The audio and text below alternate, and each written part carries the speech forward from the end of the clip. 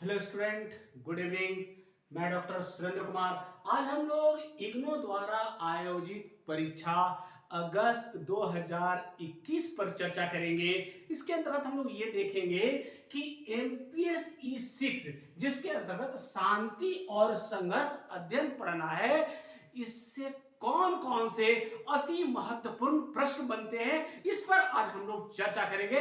तो चलिए हम लोग देखते हैं कि अति महत्वपूर्ण प्रश्न कौन कौन से हैं। तो थोड़ी सी इसके पहले मैं आपको जानकारी दे दूं कि ये एमपीएसई 6 जो है ये सेकेंड ईयर में पढ़ना है, और सेकेंड ईयर का पैटर्न थोड़ा अलग है फर्स्ट ईयर से, क्योंकि टाइम जो है वह 2 घंटा निर्धारित है। टाइम इसमें 2 घंटा निर्धारित है। मार्क्स जो है 50 नंबर का है। वर्ड जो लिमिटेशन है वह 400 वर्ड का है, और सेक्शन जो है ए और बी, जिसमें आपको 2 या 3 या 3 या 2 टोटल मिलाकर 5 प्रश्नों का उत्तर देना है। मैं आप लोगों को बता दूं, बहुत सारे स्टूडेंट फर्स्ट ईयर को मानकर चलते हैं कि फर्स्ट ईयर में जो 3 घंटा उनके पास समय था, 500 वर्ड लिमिटेशन था, ये सारा चीज सेकेंड ईयर में चेंज हो जाता है और लड़के क्वेश्चन पूरा नहीं कर पाते हैं समय सीमा के अभाव के कारण। इसलिए ये चीज बहुत जरूरी होना चाहिए कि समय आपको पता होना चाहिए, मार्क्स पता होना चाहिए,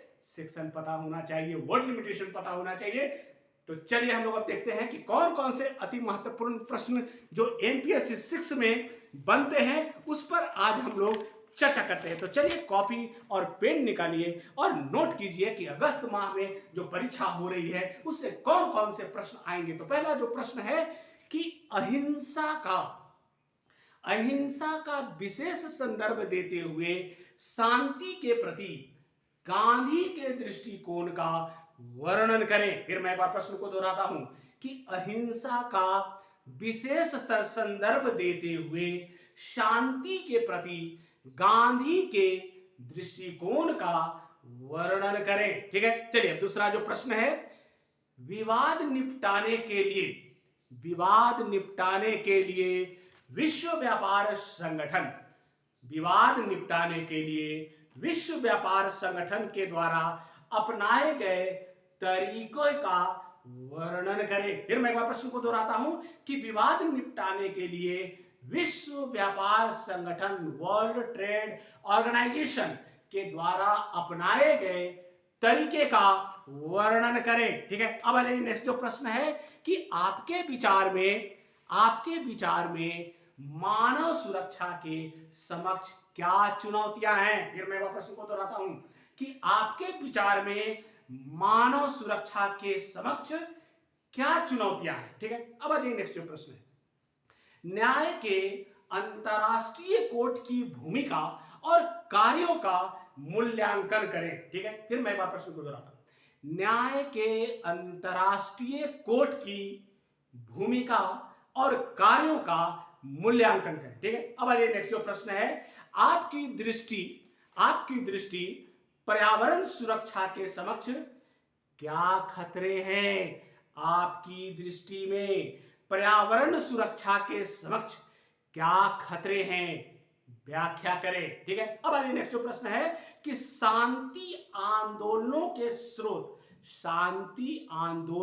स्रोत और विकास को संक्षेप में रेखांकित करें। फिर मैं एक बार प्रश्न को दोहराता हूं कि शांति आंदोलनों के स्रोत और विकास को संक्षेप में रेखांकित करें। ठीक है, अब आइए नेक्स्ट जो प्रश्न है, माइकल वॉल्जर के आक्रामकता के सिद्धांत की व्याख्या करें और वैध युद्ध के अर्थ को उजागर करें। ठीक है, फिर मैं वापस उनको दोहराता हूं कि माइकल वॉल्जर के आक्रामकता के सिद्धांत की व्याख्या करें और वैध युद्ध, जिसको जस्ट वार कहते हैं, के अर्थ को उजागर करें। ठीक है, अब नेक्स्ट जो प्रश्न है, अंतरराष्ट्रीय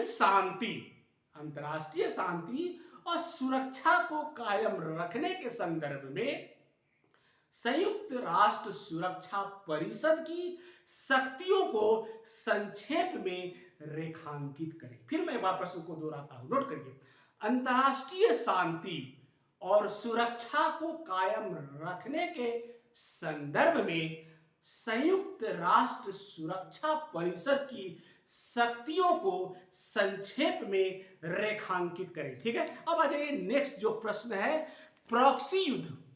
प्रॉक्सी युद्ध पर एक संक्षिप्त लेख लिखें या निबंध लिखें।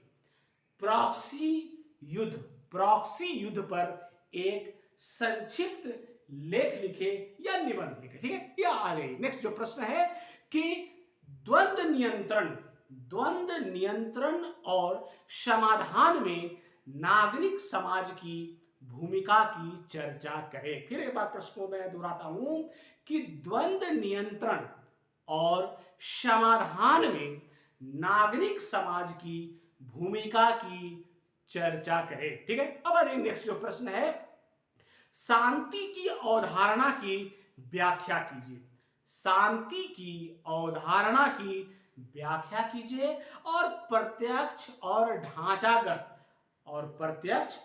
ढांचागत हिंसा के मध्य विभेद कीजिए। फिर मैं प्रश्न को दोहराता हूं, शांति की अवधारणा की व्याख्या कीजिए और प्रत्यक्ष और ढांचागत हिंसा के मध्य विभेद कीजिए। ठीक है, अब आ जाइए नेक्स्ट जो प्रश्न है कि द्वितीय विश्व युद्ध के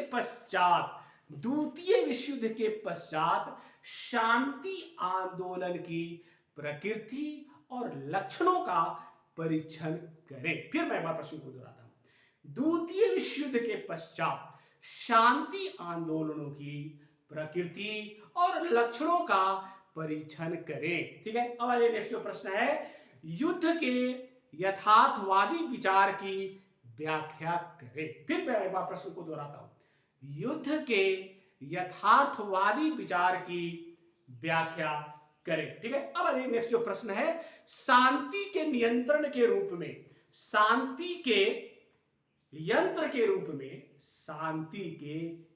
रूप में राज्य और समाज की भूमिका का आलोचनात्मक परीक्षण करें। फिर मैं प्रश्न को दोहराता हूं, शांति के यंत्र के रूप में राज्य और समाज की भूमिका का आलोचनात्मक परीक्षण करें। ठीक है, अब आइए नेक्स्ट जो प्रश्न है, परमाणु ऊर्जा के संदर्भ में कुछ प्रमुख संकल्पनाओं को इंगित करें और उनका वर्णन करें। फिर मैं प्रश्न को दोहराता हूं कि परमाणु ऊर्जा के संदर्भ में कुछ प्रमुख संकल्पनाओं को इंगित करें और उनका वर्णन करें। ठीक है, अब आ जाइए नेक्स्ट जो प्रश्न है, मानव सुरक्षा के संदर्भ में नव यथार्थवादी और उत्तर आधुनिकतावादी दृष्टिकोणों का आलोचनात्मक विश्लेषण कीजिए। ठीक है, फिर मैं एक बार प्रश्न को दोहराता हूं, मानव सुरक्षा के संबंध में नव यथार्थवादी और उत्तर आधुनिकतावादी दृष्टिकोणों का आलोचनात्मक विश्लेषण करें। ठीक है, अब आ जाइए नेक्स्ट जो प्रश्न है, कार्यात्मकवाद की प्रमुख विशेषताएं और मान्यताएं क्या है? यह नव कार्यात्मकवाद से किस प्रकार भिन्न है? ठीक है, फिर मैं प्रश्न को दोहराता हूं, कार्यात्मकवाद की प्रमुख विशेषताएं और मान्यताएं क्या है? यह नव कार्यात्मकवाद से किस प्रकार भिन्न है? तो ये मैंने 15-16 प्रश्न आपको दिया है और मुझे आशा ही नहीं, पूर्ण विश्वास है कि अगस्त माह में जो परीक्षा आयोजित हो रही है उसमें इससे प्रश्न जरूर आएंगे। मैं आपको एक बात और बता दूं कि इसका जवाब, इसका बहुत सारा उत्तर मेरे YouTube चैनल पर उपलब्ध है, आप वहां जाकर इसका उत्तर भी देख सकते हैं। तो आज का क्लास में यही समाप्त करता हूं। थैंक यू, धन्यवाद।